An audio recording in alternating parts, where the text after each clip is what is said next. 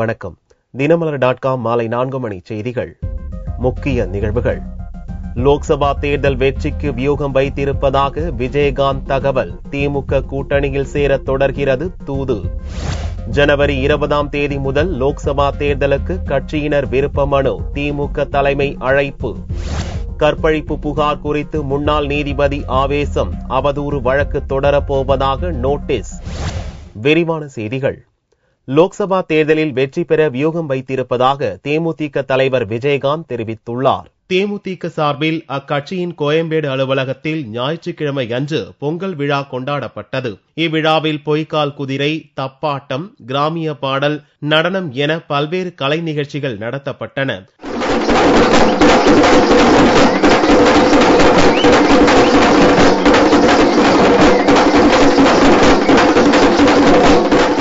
விழாவின் முடிவில் பொதுமக்களுக்கு பொங்கல் பரிசை தேமுதிக தலைவர் விஜயகாந்த் வழங்கினார். முன்னதாக இவ்விழாவில் பேசிய விஜயகாந்த் லோக்சபா தேர்தல் தொடர்பாக தன் மனதில் புதிய வியூகம் அமைத்துள்ளதாக கூறினார். கோயம்பேடு, கோபாலபுரம், கொடநாடு என இருக்கிறது அரசியல் கட்சிகள். யார் அரசாள போகிறார்கள் என விரைவில் தெரிய வரும் என்றும் பேசினார். இன்னைக்கு கூட தேர்தல் நேரத்தில் எல்லாரும் வர இவங்க தான் முடிக்கிறாங்க. இன்னொரு வியூகம் இருக்கேன், அதையும் நான் சொல்ல மாட்டேன். அதான் ஒரு பத்திரிகை புரிஞ்சுக்கிறாம நாங்க அந்த குழுன்னு ஒரு குழுவை கண்டுபிடிச்சோம். அவங்க வேற குழுவை நான் தெளிவாக சொன்னேன். பொதுக்குழு செயற்குழுல குழுன்னா அந்த குழு கிடையாதுங்க. நீங்க தேர்தல் கூட்டணி குழு அது நினைச்சிடாதீங்க. அது இங்கிலீஷ்ல ஒரு குழு, அது எப்படின்னு சொல்லுது. ஆனா வியூகம் என்ன அமைச்சிருக்கேன்னு யாருக்கும் தெரியாது. என் மனசுக்குள்ள என்ன வியூகம் இருக்குன்னு யாருக்கா தெரியுமா? கண்டுபிடிக்க முடியுமா? இலவச பொருட்கள், இலவச பொருட்கள் கொடுத்தா ஓட்டு போடுறீங்கன்னு நினைக்கிறீங்களா? அதுதான் தப்பு. இடைத்தேர்தல் என்றால் நீங்க இலவச பொருட்கள் கொடுத்தா ஓட்டு போடுவாங்க. பொது தேர்தலை காலவாரி விட்டுறாங்க. மக்களை பத்தி நீங்க புரியாம இருக்கீங்க. திமுக கூட்டணியில் தேமுதிகவை இணைக்க கடந்த கிறிஸ்துமஸ் விழாவில் பேராயர் சர்க்குணம் முயற்சித்தார். இதைத் தொடர்ந்து சனிக்கிழமையன்று திமுக கூட்டணியில் இடம்பெற்றுள்ள திருமாவளவன் நேரில் வந்திருந்து அழைப்பு விடுத்தார். மதிமுகவும் திமுக கூட்டணிக்கு வர வேண்டும் என்றும் திருமாவளவன் ஞாயிறன்று அழைப்பு விடுத்தார் என்பது குறிப்பிடத்தக்கது. லோக்சபா தேர்தலில் போட்டியிடும் வேட்பாளருக்கான விண்ணப்ப படிவங்கள் வரும் 20ஆம் தேதியிலிருந்து விநியோகிக்கப்படும் என்று திமுக அறிவித்துள்ளது. லோக்சபா தேர்தலுக்கான தேர்தல் களம் களை கட்டி வருகிறது. முதல் ஆளாக தனித்து போட்டி என்று அறிவித்துள்ள அதிமுக கட்சியினரிடையே விருப்ப மனுக்களை வாங்கி முடித்து வேட்பாளர் பரிசீலனையில் தீவிரமாக உள்ளது. இந்நிலையில் திமுக தரப்பிலும் விருப்ப மனுக்கான அறிவிப்பு வெளியாகியுள்ளது. ஞாயிற்றுக்கிழமையன்று கட்சியின் பொதுச் செயலாளர் அன்பழகன் வெளியிட்டுள்ள அறிக்கையில் இதை தெரிவித்துள்ளார். நடைபெறவுள்ள லோக்சபா பொது தேர்தலில் திமுக சார்பில் வேட்பாளராக போட்டியிட விரும்புவோர் அதற்கான விண்ணப்ப படிவங்களை வரும் 20ஆம் தேதி முதல் அண்ணா அறிவாலயத்தில் பெற்றுக் கொள்ளலாம் என்று அறிவிக்கப்பட்டுள்ளது. பூர்த்தி செய்யப்பட்ட விண்ணப்பங்கள் ஜனவரி 30ஆம் தேதி மாலை 6 மணிக்குள் சமர்ப்பிக்க வேண்டும் என்றும் தெரிவிக்கப்பட்டுள்ளது. மேலும் பொது தொகுதிக்கான வேட்பாளர்கள் 25,000 ரூபாயும், தனி தொகுதி மற்றும் மகளிர் விண்ணப்ப கட்டணமாக 10,000 ரூபாய் செலுத்த வேண்டும் என்றும் கூறப்பட்டுள்ளது. விண்ணப்ப படிவ கட்டணமாக 1000 ரூபாய் செலுத்த வேண்டும் என்றும் அந்த அறிவிப்பில் தெரிவிக்கப்பட்டுள்ளது. கற்பழிப்பு புகாரில் சிக்கியுள்ள உச்சநீதிமன்ற முன்னாள் நீதிபதி ஸ்வதேந்தர் குமார் தன் புகழை கெடுக்க சதித்திட்டம் தீட்டப்பட்டுள்ளதாக விளக்கம் அளித்துள்ளார். உச்சநீதிமன்ற முன்னாள் நீதிபதி A.K. கங்குலி மீது பெண் வக்கீல் கூறிய பாலியல் புகார் விசாரணையில் இருந்த காலகட்டத்திலேயே இன்னொரு உச்சநீதிமன்ற முன்னாள் நீதிபதி தன்னை பாலியல் கொடுமைக்கு உட்படுத்தியதாக இன்னொரு பெண் வக்கீல் புகார் அளித்தார். தலைமை நீதிபதி சதாசிவத்துக்கு எழுத்துப்பூர்வமாக அளித்துள்ள வாக்குமூலத்தில் 2011ஆம் ஆண்டில்தான் பயிற்சி வக்கீலாக பணிபுரிந்த போது தன்னுடைய பின்புறத்தில் நீதிபதி கை வைத்ததாகவும் தன்னுடன் ஹோட்டல் அறைகளில் தங்குவாயா என்று கேட்டதாகவும் கூறியுள்ளார்.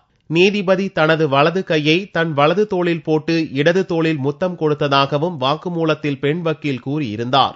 உச்சநீதிமன்றத்திலிருந்து நீதிபதி ஓய்வு பெற்றுவிட்டதால் உச்சநீதிமன்றம் நடவடிக்கை எடுக்க முடியாது என்று தலைமை நீதிபதி நிராகரித்து விட்ட நிலையில் இரண்டாவதாக புகாரில் சிக்கிய நீதிபதி ஸ்வதேந்தர் குமார்தான் என்று மத்திய அரசின் கூடுதல் சொலிசிட்டர் ஜெனரல் இந்திரா ஜெய்சிங் சனிக்கிழமை அன்று போட்டுடைத்தார். கடந்த 2012 டிசம்பரில் உச்சநீதிமன்ற நீதிபதி பொறுப்பிலிருந்து ஓய்வு பெற்ற ஸ்வதேந்தர் குமார் தற்போது தேசிய பசுமை தீர்ப்பாய தலைவராக உள்ளார். தன் மீதான பாலியல் புகாரை வெளியிட்ட 3 பிரபல மீடியாக்களுக்கு நோட்டீஸ் அனுப்பியுள்ள ஸ்வதேந்தர் குமார், பயிற்சி மாணவி சொல்வது அத்தனையும் பொய் என்றும் உள்நோக்கத்துடன் இட்டுக்கட்டப்பட்ட புனைக்கதை என்றும் தன்னுடைய நற்பெயரை களங்கப்படுத்த செய்யப்பட்டுள்ள சதித்திட்டம் என்றும் அந்த நோட்டீஸில் குறிப்பிட்டுள்ளார். உண்மைகளை ஆராயாமல் செய்தி வெளியிட்ட மீடியாக்கள் மன்னிப்பு கேட்க வேண்டும் எனவும், இல்லாத பட்சத்தில் அவதூறு வழக்கு தொடரப்போவதாகவும் அந்த நோட்டீஸில் மீடியாக்களுக்கு ஸ்வத்தேந்தர் குமார் எச்சரிக்கை விடுத்துள்ளார். இது குறித்து கருத்து கூறிய பெட்ரோலியத்துறை அமைச்சர் வீரப்ப மொய்லி, உச்சநீதிமன்ற நீதிபதியாக ஸ்வத்தேந்தர் குமார் பதவி வகித்த காலகட்டத்தில்தான் சம்பவம் நடந்துள்ளது என்றும், அதனால் விசாரணை நடத்த உத்தரவிடுவது குறித்து முடிவெடுக்க வேண்டியது நீதித்துறையின் கடமை என்றும் கூறியுள்ளார்.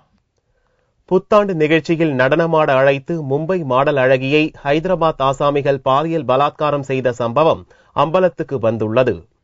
மும்பையைச் சேர்ந்த மாடல் நடிகையை புத்தாண்டு முந்தைய இரவு நடன நிகழ்ச்சியில் பங்கேற்க ஹைதராபாத்துக்கு வரும்படி நிதின் யாதவ் என்ற புரோக்கர் அழைப்பு விடுத்தார். நிகழ்ச்சிக்காக 1 லட்சம் ரூபாய் தொகையை நடிகை பேசி முடித்தார். ஹைதராபாத்துக்கு விமானத்தில் வந்த நடிகையை வரவேற்று அழைத்துச் சென்ற நிதின் யாதவ், அஜய் சர்மா, ஹரிகிருஷ்ணா ஆகியோர் நிஜாம்பேட்டையில் உள்ள வெங்கட்ராஜு என்பவரின் வீட்டுக்கு அழைத்துச் சென்றனர். அங்கு குளிர்பானத்தில் மயக்க மருந்து கலந்து 4 பேரும் நடிகையை பலாத்காரம் செய்துள்ளனர். பிறகு மீண்டும் மயக்க மருந்து கொடுத்து ஹைதராபாத்திலிருந்து மும்பை செல்லும் பேருந்தில் மயங்கிய நிலையில் உட்கார வைத்துவிட்டு சென்றனர். மும்பை சென்ற பிறகு மயக்கம் தெளிந்த நடிகை போலீசில் புகார் அளித்தார். மும்பை மற்றும் ஹைதராபாத் போலீசார் துரித கதியில் செயல்பட்டு நிதின் யாதவ், வெங்கட்ராஜுவை கைது செய்தனர். தலைமறைவான அஜய் சர்மா, ஹரிகிருஷ்ணாவை தேடுகின்றனர். பலாத்காரம் செய்ததோடு நில்லாமல் நடிகையிடமிருந்து ATM கார்டை பிடுங்கி 57,000 ரூபாய் பணத்தையும் கற்பழிப்பு ஆசாமிகள் எடுத்துள்ளனர். பணத்தையும் ATM கார்டையும் பறிமுதல் செய்த போலீசார்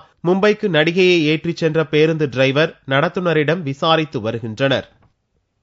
உச்சநீதிமன்ற தீர்ப்பின்படியே மருத்துவர் நியமனம் நடந்துள்ளதாக திமுக தலைவர் கருணாநிதிக்கு முதல்வர் ஜெயலலிதா பதில் தந்துள்ளார். திமுக தலைவர் கருணாநிதி வெளியிட்டிருந்த அறிக்கையில், சென்னை ஓமந்தூரார் தோட்டத்தில் எய்ம்ஸுக்கு இணையாக அமையவுள்ள உயர் சிறப்பு மருத்துவமனையில் மருத்துவர்கள், அதிகாரிகள் நியமனத்தின் போது இடஒதுக்கீடு பின்பற்றப்படாது என்று தமிழக அரசின் சார்பில் விளம்பரம் கொடுக்கப்பட்டுள்ளதாக தெரிவித்திருந்தார். இது தொடர்பாக ஞாயிற்றுக்கிழமையன்று முதல்வர் ஜெயலலிதா விளக்க அறிக்கை வெளியிட்டார். மருத்துவ பணியாளர்கள் ஒப்பந்த அடிப்படை மற்றும் மாற்று பணி மூலம் நியமிக்கப்படுவர் என்றும், இதற்கு இடஒதுக்கீடு பொருந்தாது என்றும், ஏற்கனவே இடஒதுக்கீடு அடிப்படையில்தான் இவர்கள் நியமிக்கப்பட்டனர் என்றும் தெரிவித்துள்ளார். மேலும் திமுக ஆட்சியில் 540 மருத்துவர்கள், மருத்துவ பணியாளர்கள் ஒப்பந்த அடிப்படையில் நியமிக்கும் போது இடஒதுக்கீடு பின்பற்றப்படவில்லை என்றும், தற்போது உச்சநீதிமன்ற தீர்ப்பு நடைமுறையில் உள்ள விதிமுறைப்படியே நடவடிக்கை எடுக்கப்பட்டு வருவதாக ஜெயலலிதா விளக்கம் அளித்துள்ளார். லோக்சபா தேர்தல் முடிவில் காங்கிரஸ் 3 இலக்க எண்ணை கூட தொடாது என்று பாரதிய ஜனதா மாநில துணைத் தலைவர் H. ராஜா தெரிவித்துள்ளார். மதுரை மடீசியா அரங்கில் சனிக்கிழமையன்று மாலை வெங்கடேஷ் எழுதிய காசுக்காக தேசத்தை மற்றும் நடராஜன் எழுதிய யாருக்காக இந்தியா ஆகிய புத்தகங்களை பாரதிய ஜனதா தேசிய செயற்குழு மற்றும் மாநில துணைத் தலைவர் H. ராஜா வெளியிட்டார். விழாவிற்கு பின் செய்தியாளர்களை சந்தித்த ராஜா, காங்கிரஸ் கட்சியின் வெளியுறவு கொள்கையால் நாட்டின் பாதுகாப்பு கேள்விக்குறியாக உள்ளது என்றும், லோக்சபா தேர்தலின் முடிவில் காங்கிரஸ் 3 இலக்க எண்ணை கூட தொடாது என்றும் கூறினார். இந்த அரசாங்கத்தினுடைய அண்டை நாடுகள் கொள்கை இல்லாத காரணத்தால் ஏற்பட்டிருக்கிறது. எனவே இதை மக்களிடம் சொல்லி எப்படி காங்கிரஸை வெற்றி பெற செய்ய முடியும் என்று எனக்கு தெரியவில்லை. என்னை பொறுத்தவரை காங்கிரஸ் 3 இலக்கத்தை தொடாது. மக்களை திசை திருப்பும் செயலிலும் காங்கிரஸை காப்பாற்றுகின்ற செயலிலும் ஆம் ஆத்மி களமிறங்கியுள்ளது என்றும் ராஜா தெரிவித்தார். சென்னையில் துவங்கிய 37வது புத்தக கண்காட்சிக்கு திரண்ட பார்வையாளர்கள் ஆர்வமுடன் புத்தகங்களை அள்ளிச் சென்றனர். ஆண்டுதோறும் நடத்தப்படும் புத்தக கண்காட்சி இந்த ஆண்டு வெள்ளிக்கிழமையன்று சென்னை நந்தனம் YMCA உடற்கல்வியியல் மைதானத்தில் துவங்கியது. 13 நாட்கள் நடக்கும் இந்த கண்காட்சியில் ஜோதிடம், அரசியல், ஆன்மீகம், அறிவியல், பொது அறிவு உள்ளிட்ட எண்ணற்ற தலைப்புகளின் கீழ் லட்சக்கணக்கான புத்தகங்கள் வைக்கப்பட்டுள்ளன. காண கிடைக்காத புத்தகங்கள் ஒரே இடத்தில் கிடைப்பதால் மக்கள் கண்காட்சியை நோக்கி படையெடுக்க துவங்கியுள்ளனர். இந்த புத்தக கண்காட்சி பார்க்கும்போது எங்களுக்கு என்ன அப்படின்னா எந்த இன்டர்நெட் இருக்கிற இந்த யுகத்தில் கூட புத்தகம் படிக்கிறதுக்கு பசங்களுக்கும் இன்ட்ரெஸ்ட் இருக்கு, அதை வாங்கி தர பெற்றோர்களுக்கும் இன்ட்ரெஸ்ட் இருக்கு. புத்தக கண்காட்சின்னு சொன்னா கூட அதில் புத்தகம் மட்டும் இல்லை, இன்னும் மற்ற விஷயங்களும் நிறைய இருக்கு. அதனால டெஃபினட்டா இந்த மற்றவங்க சரியான வகையில் பயன்படுத்திக்கணும். புக் ஸ்டால் பார்த்த உடனே எங்களுக்கு ரொம்ப பிடிச்சிருந்துச்சுங்க. ஏன்னா இப்போது கிட்ஸ் புக்ஸ்லாம் நிறைய திங்ஸ் தெரிஞ்சுப்பாங்க. அதனால எனக்கு மூவிஸ்க்கு கூட்டிகிட்டு போகிறது, அந்த திங்ஸோட இங்கே கூட்டிகிட்டு வர்றது ரொம்ப ஹெல்ப்ஃபுல்லாக இருந்துச்சு. எல்லா புக்ஸும் லைக் தமிழ் புக்ஸாக இருந்தாலும் சரி, மெடிக்கல் புக்ஸாக இருந்தாலும் சரி, பேரண்ட்ஸ்க்கு, கிட்ஸ்க்கு நிறைய சீரீஸ் இருக்குது. ரொம்ப இன்ஃபர்மேட்டிவாக இருக்குது. ரொம்ப நாலேஜபிளாவும் இருக்கு. வரும் 22ஆம் தேதி வரை வார நாட்களில் மாலை 6 மணி முதல் இரவு 9 மணி வரையிலும், விடுமுறை நாட்களில் காலை 11 மணி முதல் இரவு 9 மணி வரை நடைபெறும் இக்கண்காட்சியில் நுழைவு கட்டணமாக 10 ரூபாய் நிர்ணயிக்கப்பட்டுள்ளது. 12 வயதுக்குட்பட்ட குட்டீஸ்களுக்கு அனுமதி இலவசம். நாள்தோறும் பல்வேறு கருத்தரங்குகளும் இடம்பெறுகின்றன. கோவை வேளாண் பல்கலையில் உழவர் தின விழா மற்றும் புதிய பயிர் ரகங்கள், பண்ணை கருவிகள் அறிமுக விழா நடந்தது. ஒவ்வொரு ஆண்டும் உழவர் தின நாளில் கோவை வேளாண் பல்கலைக்கழகம் புதிய விதை ரகங்களை அறிமுகம் செய்து வருகிறது. அதேபோல் இந்த ஆண்டும் 4 பயிர் ரகங்கள் மற்றும் புதிய பண்ணை கருவியை விவசாயிகளுக்கு அறிமுகப்படுத்தியுள்ளது. தென் மாவட்டங்களில் அதிகமாக பயிரிடப்பட்டு வந்த அம்பை 16 என்ற ரகத்திற்கு மாற்று பயிராக திருப்பதி சாரம் 5 என்ற ரகத்தை உங்கள் முன் வைக்கின்றோம். 118 நாட்கள் வயதுடைய இந்த ரகம். அடுத்ததாக உளுந்தில் அதிக சுவையுள்ள வடைகளை உருவாக்குவதற்கும் 1 பங்கு உளுந்தும் 5 பங்கு அரிசியும் பயன்படுத்தி தேவையான இட்லி தோசைகளை உருவாக்க முடியும். அடுத்ததாக கால்நடைகளுக்கு பயன்படுகின்ற வகையில் மல்டி கட் சோளம் என்று சொல்லப்படுகின்ற பல முறை அறுத்து பயன்படுத்தக்கூடிய தீவன சோளத்தை வெளியிடுகின்றோம். அடுத்ததாக குளிர் பிரதேசங்களில் வளரக்கூடிய வால்பேரிக்கு மாற்றாக தேயிலை தோட்டங்களில் ஊடுபயிராக பயிரிடக்கூடிய இந்த வால்பேரி ரகத்தை வெளியிடுகின்றோம். இந்த வருடம் மரவள்ளிக்கிழங்கை அறுவடை செய்வதற்காக ஒரு இயந்திரத்தை தயாரித்து மக்கள் முன் வைக்கின்றோம். இந்நிகழ்வில் விவசாயிகள், வேளாண் மாணவ மாணவியர்கள் கலந்து கொண்டனர். கண்காட்சியில் அரசின் பல மாவட்டங்களிலிருந்து வேளாண் துறை சார்பில் உற்பத்தி குறித்த பொருட்களை காட்சிப்படுத்தியிருந்தனர். புதிய வகை பயிர்களையும் கருவிகளையும் பயன்படுத்தி விவசாயிகள் பலன் பெறுவதோடு வேளாண் உற்பத்தியை பெருக்க வேண்டும் என்று வேளாண் பல்கலைக்கழகம் வேண்டுகோள் விடுத்துள்ளது. மகர விளக்கு திருவிழாவுக்கு 2 நாட்கள் முன்னதாக நடைபெறும் அம்பலப்புழா, ஆலங்காடு பக்தர்களின் பேட்டை துள்ளல் விழா எரிமேலியில் நிறைவு பெற்றது. சபரிமலை பயணத்துடன் நெருங்கிய தொடர்புடையதாக கருதப்படுவது எரிமேலிப்பேட்டை துள்ளல் விழா. தன்னை எதிர்த்து போரிட்ட எதிரி படையினரை ஐயப்பன் வதம் செய்ததன் நினைவாக இந்நிகழ்ச்சி நடைபெறுகிறது. கார்த்திகை 1ஆம் தேதி முதல் எரிமேலியில் பேட்டை துள்ளல் விழா நடைபெற்றாலும் மகர விளக்குக்கு 2 நாட்கள் முன்னதாக நடைபெறும் அம்பலப்புழா ஆலங்காடு பக்தர்களின் பேட்டை துள்ளல் மிகவும் பிரசித்தி பெற்றது. சனிக்கிழமை பகல் ஆகாயத்தில் வட்டமடித்த கருடனை கண்ட பின்னர் அம்பலப்புழா பக்தர்கள் யானைகளுடன் பேட்டை துள்ளி எரிமேலி பள்ளி வாசலுக்கு வந்தனர். இதைத் தொடர்ந்து 3 யானைகள் அணிவகுக்க பேட்டை துள்ளி சென்று பெரிய சாஸ்தா கோயிலில் நிறைவு செய்தனர். இதையடுத்து பெருவழிப்பாதை வழியாக சபரிமலை சென்று சாமி தரிசனம் செய்தனர். இதேபோன்று ஆலங்காடு பக்தர்கள் மாலை 3 மணிக்கு வானில் பிரகாசித்த நட்சத்திரத்தை கண்டதும் பேட்டை துள்ளல் விழாவை நிறைவு செய்தனர். தங்கத்தின் விலையில் ஞாயிற்றுக்கிழமையன்று மாற்றமில்லை. 1 சவரன் தங்கம் 22,224 ரூபாய்க்கு விற்பனையானது. 1 கிராம் ஆபரண தங்கம் 2,778 ரூபாயாக இருந்தது. வெள்ளி 1 கிராம் 48 ரூபாய் 20 காசுகளுக்கு விற்பனையானது. பார் வெள்ளியின் விலை 45,025 ரூபாயாக இருந்தது. கோவை ஒண்டிப்புதூர் திறந்தவெளி சிறையில் பொங்கல் விழாவை கைதிகள் சிறப்பாக கொண்டாடி மகிழ்ந்தனர். தமிழகத்தின் முதல் திறந்தநிலை சிறையான கோவை ஒண்டிப்புதூர் திறந்தநிலை சிறை கடந்த 1965 துவக்கப்பட்டது. பொங்கல் திருநாளை முன்னிட்டு திறந்தவெளி சிறை கைதிகள் சார்பில் பொங்கல் விழா கொண்டாடப்பட்டது. சிறையில் உள்ள மாடுகளை குளிப்பாட்டி அலங்கரித்து அதன் கொம்புகளுக்கு கைதிகள் வர்ணம் பூசினர். கரும்பு தோரணங்கள் கட்டப்பட்டு அதன் நடுவே பொங்கல் பானை வைத்து பொங்கலிட்டு விழாவை கொண்டாடினர். இவ்விழாவில் சிறை கைதிகளின் உறவினர்களும் பங்கேற்றனர். கைதிகளின் கலை நிகழ்ச்சி நடந்தது. அவர்களால் தயாரிக்கப்பட்ட கடந்து வந்த பாதை என்ற குறும்படமும் திரையிடப்பட்டது. படத்தை தயாரித்த கைதியை கோவை சரக சிறைத்துறை டிஐஜி கோவிந்தராஜன், சிறை கண்காணிப்பாளர் ஆனந்தன் உள்ளிட்டோர் பாராட்டினர். சிறைவாசிகள் உள்ளே வருவது வருந்துவதற்காக அல்ல, திருந்துவதற்காக என்ற அருமையான ஒப்பற்ற ஒரு கொள்கையை தமிழக அரசு செயல்படுத்திக் கொண்டிருக்கிறது. அந்த வகையில் சிறைவாசிகள் இந்த சமுதாயத்தோடு சேர்கின்ற ஒரு அருமையான அமைப்பாக திறந்த வெளி சிறைகள் இருக்கிறது. இங்கே இருக்கின்ற அத்தனை விவசாய பணிகளும் இல்லவாசிகள் செய்து கொண்டிருக்கிறார்கள்.